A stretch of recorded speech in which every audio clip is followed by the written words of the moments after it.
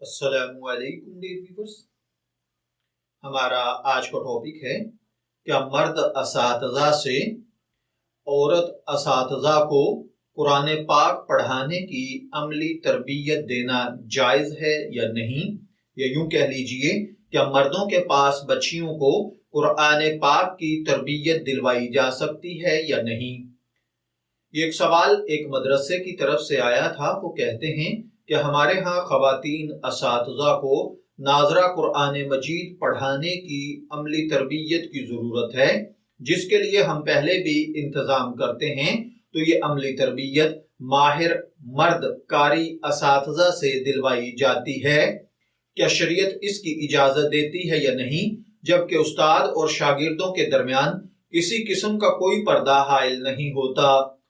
کیا یہ عذر معقول ہے کہ خواتین کی تربیت کے لیے خواتین اساتذہ موجود نہیں ہیں، لہٰذا مرد اساتذہ سے تعلیم دلوانا ضروری ہے؟ دیکھیے، یاد رکھیے، اگر ناظرہ تعلیم دینا بے حد ضروری ہے تو میرا سوال ہے، کیا پردے کا خیال رکھنا اس سے زیادہ ضروری نہیں ہے؟ ایک ضروری کام کو انجام دینے کے لیے شریعت کے اتنے اہم اصول کی خلاف ورزی میری سمجھ میں نہیں آتی۔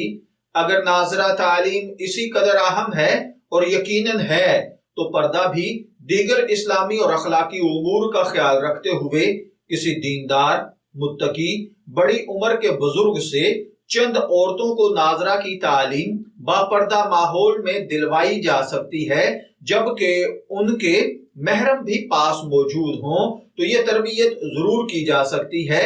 جب یہ عورتیں تربیت یافتہ ہو جائیں تو پھر یہ دوسری خواتین کو تربیت دیں، ان کی عملی مشق کروائیں، یہ تو اس کی جائز صورت ہو سکتی ہے۔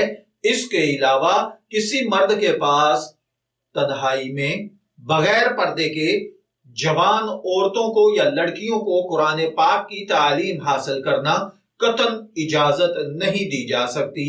مشہور واقعہ امام بصری اور رابعہ بصری کا ہے کہ کسی نے پوچھا کہ کیا قرآن پاک کسی مرد استاد سے پڑھا جا سکتا ہے یا نہیں، تو جواب دینے والے نے جواب دیا تھا کہ پڑھانے والے حضرت حسن بصری ہوں، پڑھنے والی حضرت رابعہ بصری ہوں، مقام بیت اللہ ہو اور کتاب اللہ ہو، تو بھی مرد سے قرآن پاک یا تعلیم حاصل کرنے کی اجازت نہیں ہے۔